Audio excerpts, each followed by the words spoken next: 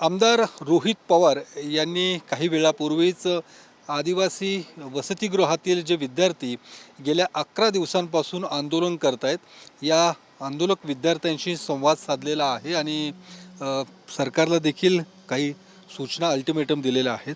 दादा, काय तुम्ही भेट घेतली, विद्यार्थ्यांशी संवाद साधला आणि काय तोडगा निघतो? एक तर मुलांची तब्येत फार हालाकीची झालेली आहे, अडचणीची झालेली आहे. लिव्हरपासून किडनीपर्यंत परिणाम झालेला आहे. मंत्री महोदयांशी बोललो, कमिशनर मॅडमशी बोललो आणि त्यांना सांगितले काय झालं ते उद्या संध्याकाळपर्यंत निर्णय या विद्यार्थ्यांच्या बाजूला घेणं फार महत्त्वाचं आहे. आता याच्यामध्ये 2 GR आहेत, एक 2014चा GR आहे आणि 2026चा GR आहे. आता याचा आपण अभ्यास केला तर तुम्हाला आपल्या सगळ्यांना माहिती आहे की महागाई मोठ्या प्रमाणात वाढत चाललेली आहे. पण या मुलांना महागाई भत्ता म्हणजे आत्ताची महागाई बघून त्याच्यामध्ये कुठेही वाढ झालेली नाही. त्याचबरोबर दूध दिलं जात होतं, अंडी दिली जात होती लहान मुलांना, नाहीतर जे काही जेवणामध्ये दिलं जात होतं पोषक आहार योजनेच्या अंतर्गत त्याच्यामध्ये सुद्धा बघितलं की मी हा मुद्दा आधीसुद्धा घेतलेला की 250 ml दूध दिलं जात होतं, ते आता 200 ml वर आणलेलं आहे. मग कुठं ना कुठं तरी या मुलींना आजची महागाई बघून नाहीतर आरोग्याचे विषय बघून अजून पौष्टिक काय देता येईल का याचा विचार करण्यापेक्षा कुठंतरी क्वांटिटी कमी करता कशी येईल, मग पैसे कसे कमी करता येतील असा कुठंतरी प्रयत्न हा सरकारकडनं झाला आहे. त्यामुळे उद्या 4ला काहीतरी बैठक आहे असं आम्हाला कळतं आहे. पण आम्हाला मंत्री महोदयांना सांगायचं आहे, उद्याच्या बैठकीमध्ये कृपा करून तुम्ही असं सांगू नका की मुख्यमंत्र्यांच्या हातात आहे. आता मी मुख्यमंत्र्यांशी बोलतो, आजचा वेळ आहे, उद्याचा वेळ आहे. तुम्ही मुख्यमंत्र्यांशी बोला नाही तर पंतप्रधानांशी बोला, जे काय बोलायचं बोला, पण उद्या संध्याकाळी 4-5पर्यंत या आदिवासी मुलामुलींच्या बाजूने निर्णय तुम्हाला द्यावाच लागेल. आणि मला दुसरी एक मागणी आहे, खरं तर हे सगळे जे आदिवासी आमदार आहेत, जे सत्ताधारी आहेत, ते काय झोपलेत का? या मुलांच्या बाजूने कोण उभं राहणार? त्यामुळे जर उद्या संध्याकाळपर्यंत निर्णय या मुलांच्या बाजूने घेतला नाही तर माझं चॅलेंज आहे या सगळ्या सत्ताधारी आदिवासी आमदारांना की मग तुम्हालासुद्धा तिथं हे मुलं सोडणार नाहीत. त्यामुळे तुम्ही आज जो काय पाठपुरावा करायचा तो आज करा, उद्या करा, नाही तर परवापासून या सरकारला हा जो लढा युवांचा आहे तो मग आम्ही आमच्या विचाराचे सर्व इतर पक्ष जे विरोधात आहेत पण या मुलांच्या बाजूले ते नक्कीच हा विषय हातात घेतल्याशिवाय राहणार नाहीत. आता राजकीय प्रश्न घेऊयात की जंतर मंतरचं आंदोलन झालं त्यानंतर सर्वच पक्षांकडून जेनजींना जवळ करण्याचा प्रयत्न केला जातो की जेनजींशी संवाद साधण्याचा प्रयत्न केला जातोय. काल राहुल गांधींचा झाला, आज नागपुरात मुख्यमंत्री देवेंद्र फडणवीसांनी देखील जेनजींशी संवाद साधलेला आहे. तुम्ही त्या संदर्भातच काही वेळापूर्वी ट्विट केलं आहे. गर्दीचा मुद्दा तुम्ही काल सळसळता उत्साह, आज कुठेतरी गर्दी, काय नेमकं? ते काल राहुल गांधी जे इथं आले होते त्यांच्या कार्यक्रमामध्ये एकतर 25-30 हजार मुली आपल्या सगळ्यांना बघायला मिळाल्या. त्या स्वखर्चातून स्वइच्छेतून आलेल्या मुली होत्या. आता याच्यामध्ये काल सळसळता उत्साह आपल्याला बघता आला. हे कालचं चित्र होतं आणि आजचं चित्र जे काय नागपूरला तिथं कार्यक्रम घेतला जातो असं आम्हाला कळतंय. त्याच्यामध्ये गर्दी जेव्हा आणली जाते तेव्हा कार्यक्रम संपतोय कधी ही ती गर्दी बघत असते. असं कुठंतरी वातावरण हे तिथं आजच्या कार्यक्रमामध्ये आपल्याला बघायला मिळतं आहे. त्यामुळे युवांकडे तुम्ही बघत असताना त्यांच्या अडचणी समजून घेणं महत्त्वाचं आहे, त्यांच्याशी संवाद साधणं महत्त्वाचं आहे. मन की बात आता नको आहे, जन की बात. लोकांना काय म्हणायचं आहे हे जरा ऐकायला सुरुवात करा. तुमची मन की बात ऐकून ऐकून आता फार लोक TV बंद करायला लागलेत, नाही तर रेडिओ बंद करायला लागलेत, अशी आजची परिस्थिती आहे. पण तुम्ही जरी सळसळता उत्साह म्हणतायत पण भाजप म्हणते की तो पैसा देऊन आणलेला जी लोक होती, ज्या मुली आल्या होत्या ती जवळपास 35,000पर्यंत की 3,500-3 हजार रुपये अशा पद्धतीने देऊन काल तर ते अमृतवाहिनी कॉलेजचे देखील उदाहरण दिले गेले. त्या ठिकाणी देखील विद्यार्थ्यांना पैसे देऊन अशा कार्यक्रमांना आणले गेले. असं थेट भाजपकडून आरोप केला जातो. नाही, भाजपला लाज वाटली पाहिजे. तिथं असणारे विद्यार्थी आणि जे काही मुलं मुली तिथे आले होते त्यांचं मत पैसे देऊन आले होते आणि तो उत्साह तिथं बघितला तर पैसेवाले तिथं कुठंच वाटत नव्हते.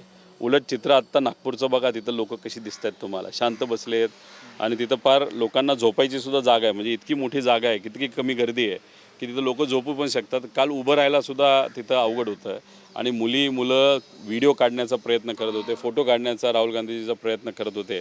त्यामुळे कुठं ना कुठंतरी भाजप घाबरलं आहे. नेते तर घाबरलेच आहेत, कार्यकर्तेसुद्धा घाबरलेले. पायाखालची वाळू आता कुठंतरी निसटायला लागली हे मात्र भाजपला कळल्यामुळे या एखाद्या चांगल्या सामाजिक कार्यक्रमाला सुद्धा गालबोट आपल्याला कसा लावता येईल हे कार्यक्रमाच्या आधीसुद्धा तुम्ही बघितलेलं आहे की COEP कॉलेजमध्ये काय झालं आणि नंतरसुद्धा असे स्टेटमेंट देऊन कुठंतरी गालबोट लावण्याचा प्रयत्न भाजपकडनं सवयीप्रमाणे तिथं केला जातो. निश्चितच. पण चर्चा जरी राहुल गांधींच्या पुणे दौऱ्याची असली तरी जास्त चर्चा तुमच्या बॅनरचीच होती. तुम्ही जे राहुल गांधींच्या स्वागतासाठी बॅनर्स लावले होते. राजकीय वर्तुळ असं देखील म्हटलं जातं की तुमची आणि राहुल गांधींची जवळीकता अलीकडे खूप वाढलेली आहे. मग तुम्ही काँग्रेसमध्ये जाणार की काय, असं देखील काही राजकीय विश्लेषकांचं म्हणणं आहे. आपल्या या महाराष्ट्रामध्ये विधान परिषदेला विरोधी पक्ष नेता नाही, विधानसभेला जिथं आम्ही आहोत तिथं विरोधी पक्ष नेता नाही. मग आता या देशामध्ये पार्लमेंटमध्ये कोण विरोधी पक्ष नेता असेल तर राहुल गांधीजी आहेत. आणि असा एखादा मोठा नेता जर पुण्यामध्ये येत असेल, महाराष्ट्रामध्ये येत असेल आणि सामान्य परिवारातील मुलामुलींशी संवाद साधत असेल तर त्यांचं स्वागत करायला काय हरकत आहे, फ्लेक्स लावायला काय हरकत आहे. आणि ते फ्लेक्स मी तिथं लावले त्यात चुकीचं काय. त्याचे राजकीय अर्थ वेगवेगळे घेतले जात आहेत. कारण की ज्या पद्धतीने मधल्या काळातून भेट देखील घेतली होती, आता बॅनर्स लावलेत, काय म्हणजे काय राजकीय अर्थ जे आहे ते चुकीचे आहेत की काय नेमकं? नाही, ज्यांना अर्थ काय काढायचे ते काढू द्या. कोण काय विचार करते म्हणून मी कधीच काम करत नाही. रोहित पवार हा काम करत असताना रोहित पवारला काय योग्य वाटतं त्या पद्धतीने रोहित पवार आजपर्यंत काम करत आलेला आहे. रस्त्यावर पण उतरलेला आहे, उपोषण पण केलेलं आहे, युवांच्या पाठीमागे उभा राहिलेला आहे, एखाद्या महिलेवर अत्याचार झाल्यानंतर त्या महिलेसाठी लढलेला सुद्धा आहे. त्यामुळे तिथं जे काय बॅनर लावले ते मी माझ्या विचाराने लावलेले आहेत. मला ते योग्य वाटलं आणि त्यात चुकीचं काय होतं असं मला वाटत नाही.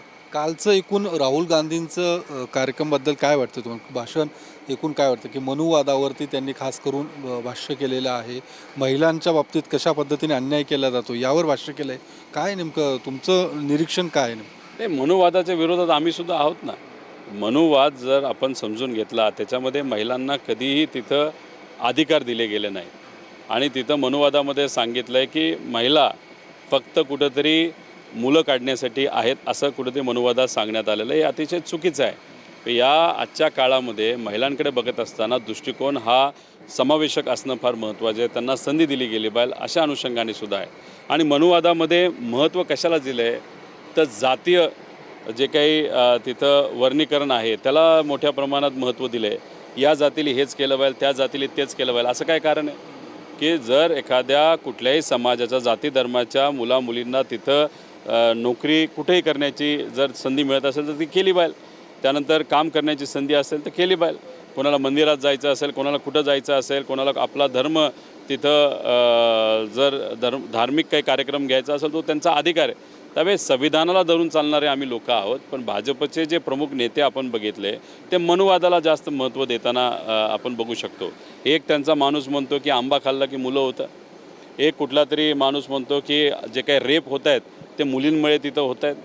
पंतप्रधान साहेबसुद्धा बोलत असताना जेव्हा दिल्लीला आंदोलन झालं तेव्हा मुलांनी तिथं आक्षेपाई वक्तव्य केले, सगळ्यांनीच केले कारण का चीडच तेवढी होती तिथं. पण मुलींनाच तिथं टार्गेट केलं गेलं. हे जे काय आहे ते मनुवादाचाच एक प्रकार आहे असं आपल्याला म्हणता येईल. धन्यवाद. तर रोहित पवार यांनी विद्यार्थ्यांशी संवाद साधला आणि विद्यार्थ्यांचे जे काही प्रश्न आहेत ते जाणून घेतले आणि सरकारला एका बाजूने इशारा देखील दिलेला आहे. उद्याच्या बैठकीत निर्णय घ्या, अन्यथा परवापासून आम्हाला रस्त्यावर उतरावं लागेल असं रोहित पवार यांचं म्हणणं आहे. कॅमेरामन अभिजित पिसेसह मी योगेश बोरसे, TV9 मराठी, पुणे.